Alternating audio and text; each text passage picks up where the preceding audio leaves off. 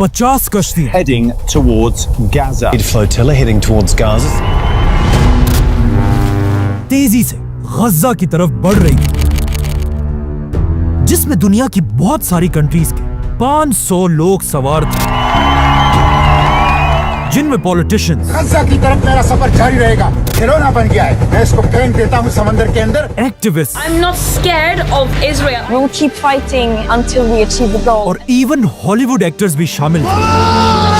For the global Sumud flotilla. लेकिन गजा पहुंचने से पहले ही इन कश्तियों पर हमले किए गए। Israeli forces intercept and board one of the vessels. Some boats were hit by water cannons and others rammed by Israeli naval vessels. और जैसे ये कश्तियां गजा के बिल्कुल करीब पहुंची, इजराइल की फौज ने इन सारी कश्तियों को गजा के बजाय इजराइल की सिटी अशदूद की तरफ मोड़ दिया और इन सबको अरेस्ट कर लिया। I have been abducted and taken against my will by Israeli forces. साबिक सेनेटर मुश्ताक अहमद और ग्रेटा थनबर्ग समेत 200 से ज्यादा अफराद गिरफ्तार, जिससे आज पूरी दुनिया में प्रोटेस्ट हो रहे हैं।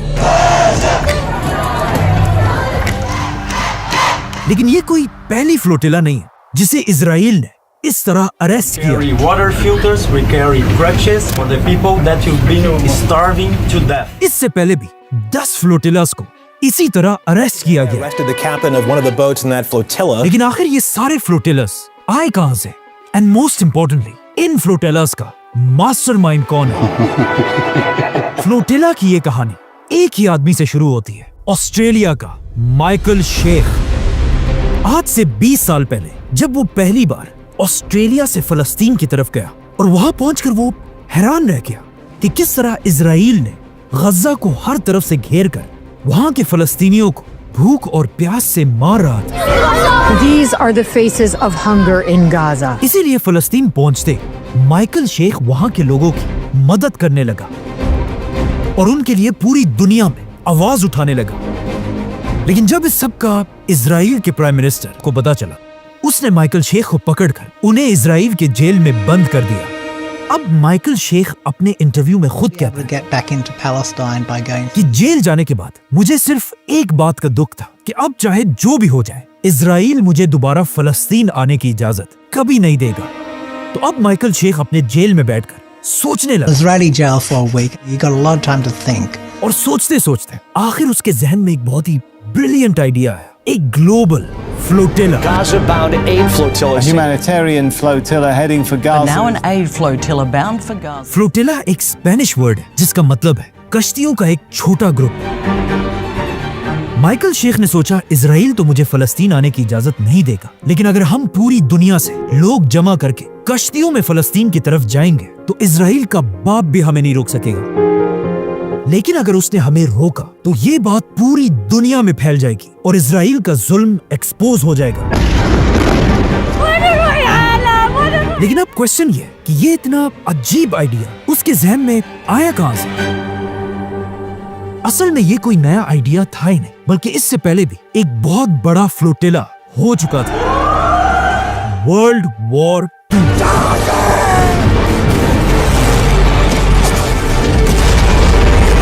जैसे ही वर्ल्ड वॉर 2 शुरू हुई, जर्मनी के हिटलर की ताकत तेजी से बढ़ रही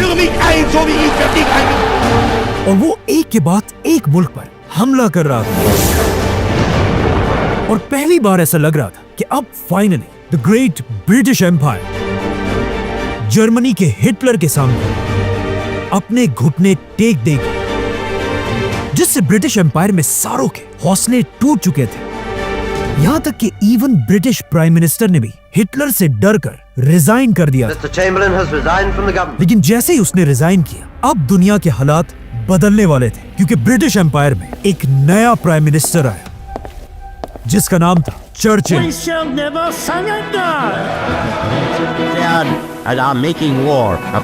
लेकिन जैसे ही चर्चिल प्राइम मिनिस्टर बना, उस वक्त उसकी 4 लाख फौज जर्मनी के बॉर्डर पर खड़ी थी। ये देखकर हिटलर ने अपनी पूरी ताकत के साथ इस फौज पर हमला कर दिया और इस पूरी फौज को घेरकर उन्हें पीछे धकेलने लगा। आखिर हिटलर ने उन्हें इतना धकेल दिया कि वो पीछे हटते हटते एक बीच तक पहुंचे, डंकर्क। अब चर्चिल की ये 4 लाख फौज बिल्कुल फंस चुकी थी, क्योंकि उनके सामने हिटलर की 8 लाख फौज खड़ी थी और उनके पीछे सिर्फ और सिर्फ समंदर और ऑफ कोर्स जर्मन जेट्स इन पर बम गिराने लगे।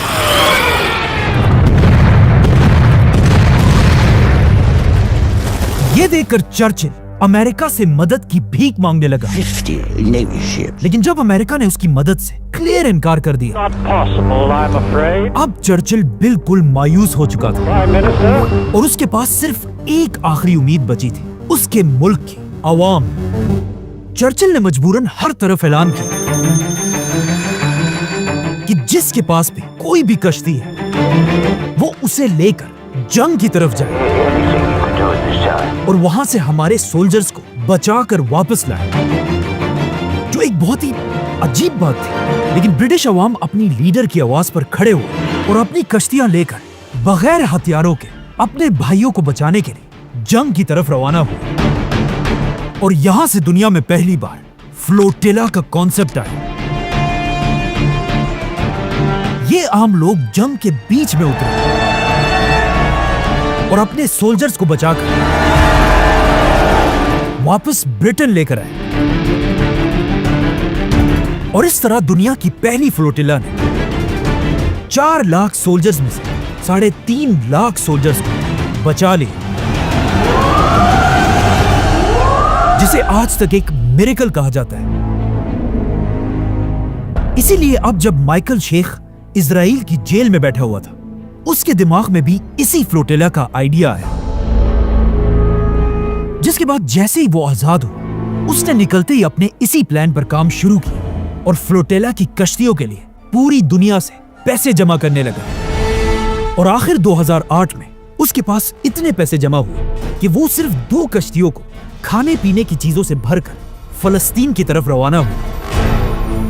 और इस तरह वो इजराइल की पूरी फौज के मर्जी के खिलाफ एक बार फिर फलस्तीन में दाखिल हुआ और फलस्तीन के गरीब लोगों तक खाना, कपड़े, दवाइयां सब पहुंच जाए। इस पहली फ्लोटिला के बाद ये खबर पूरी दुनिया में फैल गई और इसके सिर्फ 2 साल बाद माइकल शेख और उसके साथी इस बार 6 कश्तियों के साथ 10,000 टन का सामान लेकर दोबारा फलस्तीन की तरफ रवाना हुआ, जिसमें उनके पास तुर्की के अर्दोआन का फुल सपोर्ट। फिलिस्तीन मतलब जेल में बैठे हुए एक आदमी का छोटा सा आइडिया अब एक ग्लोबल मूवमेंट बन चुकी है और इजराइल का जुल्म पूरी दुनिया में एक्सपोज हो रहा था। लेकिन अब इजराइल इस बेइज्जती को और बर्दाश्त नहीं कर सकता था, तो इजराइल की फौज ने इस फ्लोटिला पर हमला कर दिया। Navy commandos opened fire unprovoked. और इन हमलों में इजराइल ने 10 आम लोगों को, जिनके पास कोई हथियार नहीं थे, मार डाला। 9 activists died and dozens were injured. ताकि ये सब अपनी कश्तियों को घुमाकर यहाँ से भाग जाए और कभी वापस ना आए। लेकिन ये फ्लोटिला इजराइल के हमलों के बाद भी आगे बढ़ती रही। आखिर जब इजराइल इन्हें नहीं डरा सका, उसने इन सबको गिरफ्तार कर लिया और वो सारा सामान जो गरीब फलस्तीनियों के लिए था, उस सब को इजराइल ने चोरी कर लिया और इन सब को जख्मी हालत में वापस भेज दिया।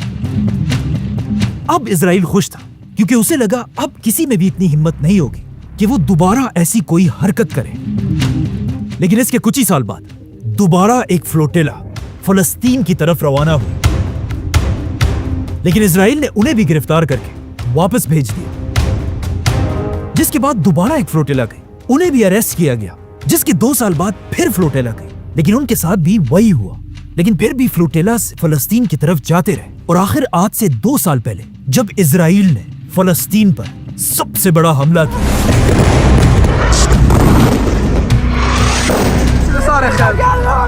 और गजा को हर तरफ से घेर कर उसे पूरी दुनिया से कट ऑफ कर दिया, एक बार फिर फ्लोटिला के आइडिया पर काम शुरू हुआ और पूरी दुनिया से 50 कंट्रीज ने मिलकर इस फ्लोटिला को सपोर्ट किया। जिसके बाद इन कश्तियों में 500 लोग फलस्तीन की तरफ रवाना हुए, जिसमें ऑलमोस्ट दुनिया की हर बड़ी कंट्री शामिल थी। लेकिन सिर्फ एक कंट्री इस फ्लोटिला को ज्वाइन करने से पीछे रही, इंडिया।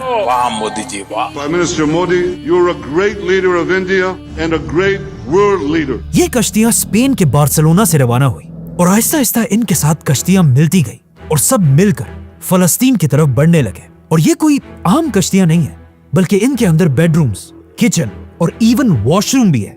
और अजीब बात यह है कि इन 500 लोगों में सिर्फ 30% मुसलमान है और बाकी 70% नॉन मुस्लिम्स, जो सिर्फ इंसानियत के लिए अपनी जान को खतरे में डालकर इजराइल के खिलाफ आवाज उठा रहे हैं। इन 500 लोगों में सबसे ज्यादा लोग ऑफ कोर्स एक इस्लामिक कंट्री तुर्की से हैं, और तुर्की के बाद सबसे ज्यादा लोग non Muslim countries Spain, Italy, France जैसी कंट्री से हैं। इस फ्लोटिला में 2 लोग पाकिस्तान से भी हैं।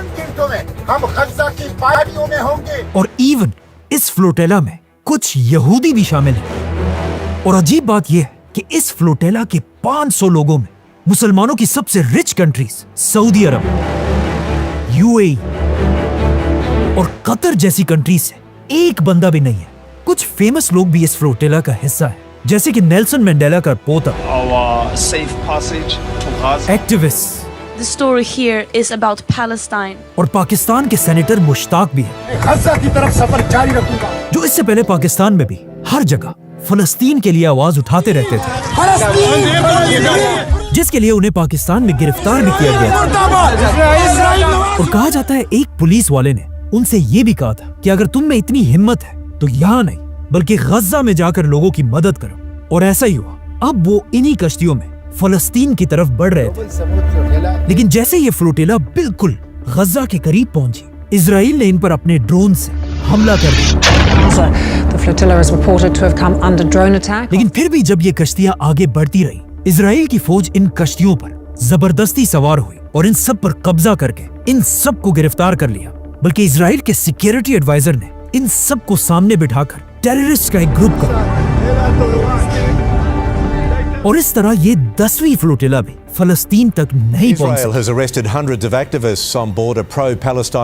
जिसे देखकर लगता है कि इस फ्लोटिला का कोई फायदा नहीं हुआ। लेकिन ऐसा नहीं है, क्योंकि जैसे ये फ्लोटिला गिरफ्तार हुई, ये खबर एक आग की तरह पूरी दुनिया में फैल गई। Naval forces have intercepted dozens of boats. Condemn any attacks against the flotilla. Israel has arrested hundreds of activists. और पूरी दुनिया में इजराइल के खिलाफ प्रोटेस्ट होने लगे।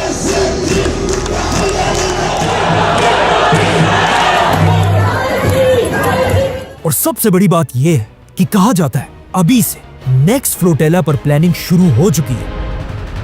और अगर ऐसा हुआ तो वो सिर्फ इससे नहीं बल्कि हिस्ट्री की सबसे बड़ी फ्लोटिला होगी, वर्ल्ड वॉर से भी बड़ी।